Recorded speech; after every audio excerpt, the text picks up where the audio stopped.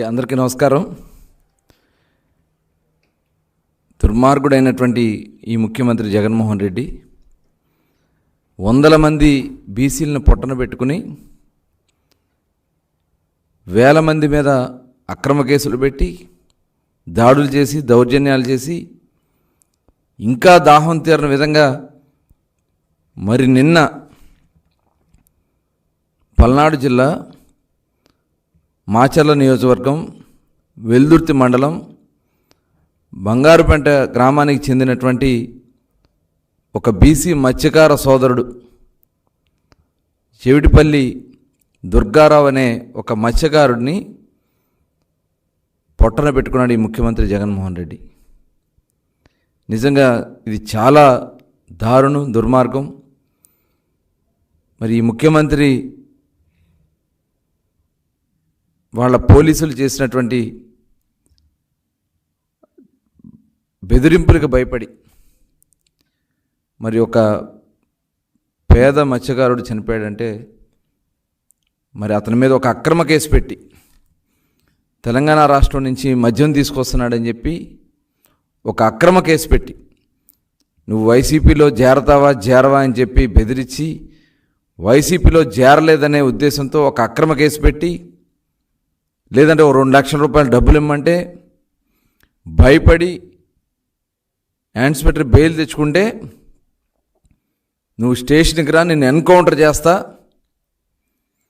అని చెప్పి బెదిరిస్తే పోలీస్ స్టేషన్కి సంతకం పెట్టడానికి వెళ్ళాల్సినటువంటి వ్యక్తి భయపడి తను వేట చేస్తున్నటువంటి బోట్లో ఎక్కి వలలకున్నటువంటి తాడు మెడకు చుట్టుకుని మరి నదిలో దూకాడంటే ఎంత దుర్మార్గం. నిజంగా ఇది చాలా బాధాకరం. ఇలాంటి దౌర్జన్యాలు, అకృత్యాలు, పోలీసులను అడ్డం పెట్టుకుని మరి అక్కడ ఆడుతున్నటువంటి మరి విధానాన్ని చూస్తూ ఉంటే నిజంగా ఈ రాష్ట్రంలో బలహీన వర్గాలకి బ్రతికే హక్కు ఉందా అని చెప్పి భయమేస్తూ ఉంది. చూసాం, అనేక సంఘటనలు చూసాం. మరి ఆ రోజున మరి తోట చంద్రయ్య, ఇదే పల్నాడు జిల్లాకు సంబంధించినటువంటి తోట చంద్రయ్య తెలుగుదేశం పార్టీలో ఆ రోజున బ్రహ్మానందరెడ్డి గారితో తోడుగా ఉన్నాడని చెప్పి నడి రోడ్డు మీద కోడిని కోసినట్టు కత్తితో పేక కోసి చంపేశారు. జై జగన్ అని అంటే జై చంద్రబాబు అన్నందుకు.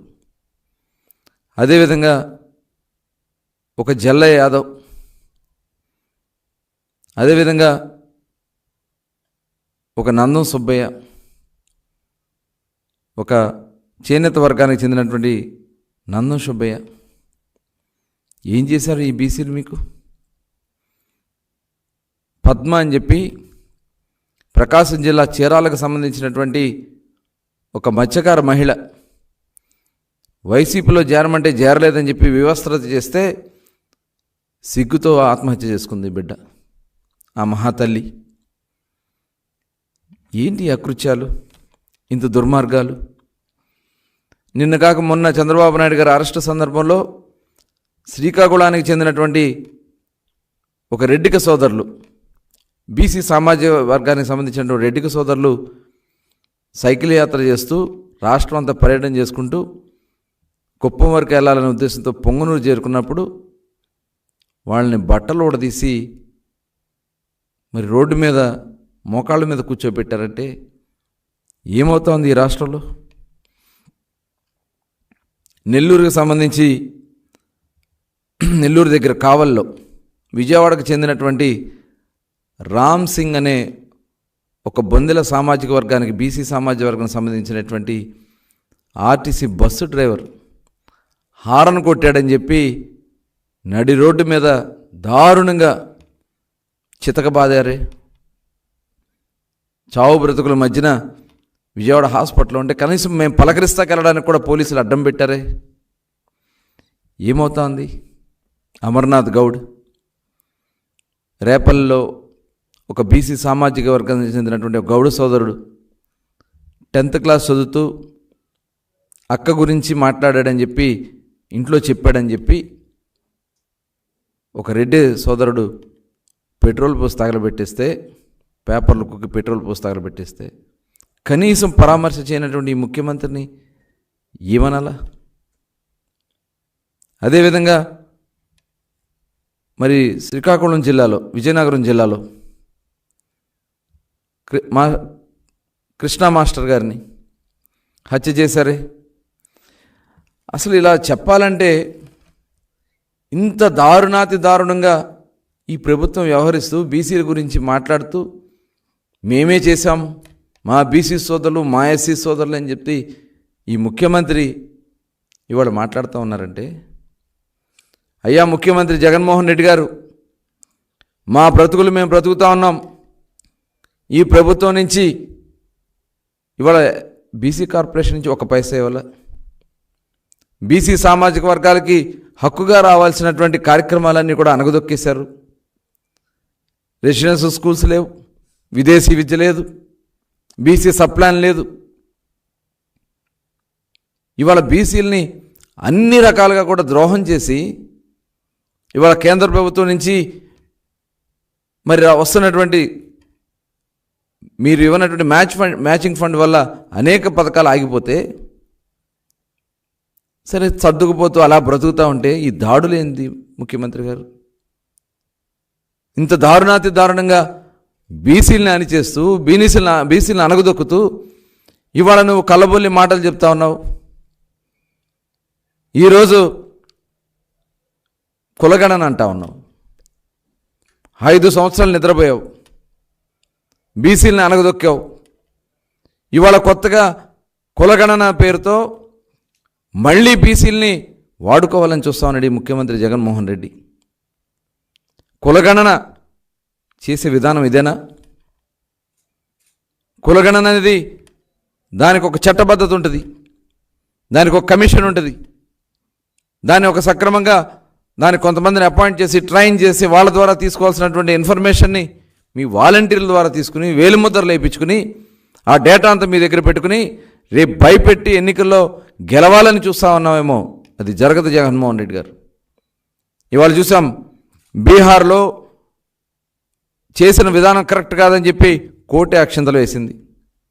ఇవాళ మీరు చేస్తున్నటువంటి విధానం కేవలం ఎన్నికల్లో బలహీన వర్గాల్ని మభ్యపెట్టడానికి దొంగ నాటకాలు ఆడుతూ ఉన్నావు. ఒక పక్క చూస్తేనేమో దాడులు చేపిస్తూ ఉన్నావు, ఒక పక్క చూస్తేనేమో హత్యలు చేపిస్తూ ఉన్నావు. ఇవాళ అక్కడ మాచర్ల నియోజకవర్గంలో జరిగినటువంటి దుర్గారావు ఆత్మహత్యకి ఈ ప్రభుత్వమే కారణం. ఇది ప్రభుత్వ హత్య. ఎస్ఐ శ్రీహరి ఇవాళ కాకి చొక్కా ఉన్నా కదా అని చెప్పి వైఎస్ఆర్ పార్టీ కార్యకర్తల్లాగా మీరు తొత్తులుగా వ్యవహరిస్తూ ఉన్నారే. దీనికి పూర్తి బాధ్యత ఎస్ఐ, అక్కడ ఉన్నటువంటి ఎస్పీ రవిశంకర్ రెడ్డి. ఇవాళ ఒక వైఎస్ఆర్ పార్టీకి కార్యకర్తకి చొక్కాలు వేసిన విధంగా మీరు పనిచేస్తూ ఉన్నారు. ఇవాళ అనేక సందర్భాల్లో ఇదే రవిశంకర్ రెడ్డి గారి మీద అనేక ఆరోపణలు వచ్చినాయి. మీరు అక్కడ ఉన్నటువంటి ఎమ్మెల్యేకి తొత్తుగా, పిన్నెల్లి రామకృష్ణారెడ్డికి ఒక తొత్తుల్లాగా మీరు వ్యవహరిస్తూ ఉన్నారు, ఈ ప్రభుత్వానికి ఒక తొత్తులాగా వ్యవహరిస్తూ ఉన్నారు.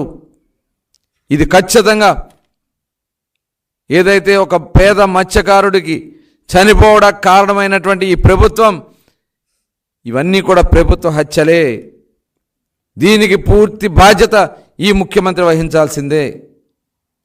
ఖచ్చితంగా దీనికి మూల్యం కూడా రేపు ఖచ్చితంగా మీరు చెల్లించుకుంటారు.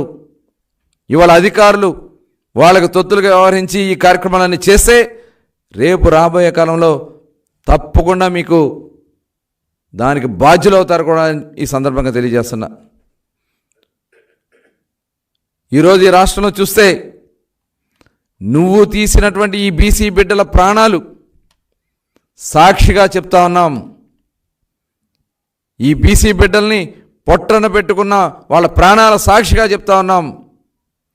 ఖచ్చితంగా ఈ నిరంకుశ నియంత ప్రభుత్వాన్ని గద్దె దించే తొలి ఓటు బీసీలదే అవుద్ది. ఈ ముఖ్యమంత్రి జగన్మోహన్ రెడ్డి గుర్తుపెట్టుకో అని చెప్పి తెలియజేస్తా ఉన్నాం.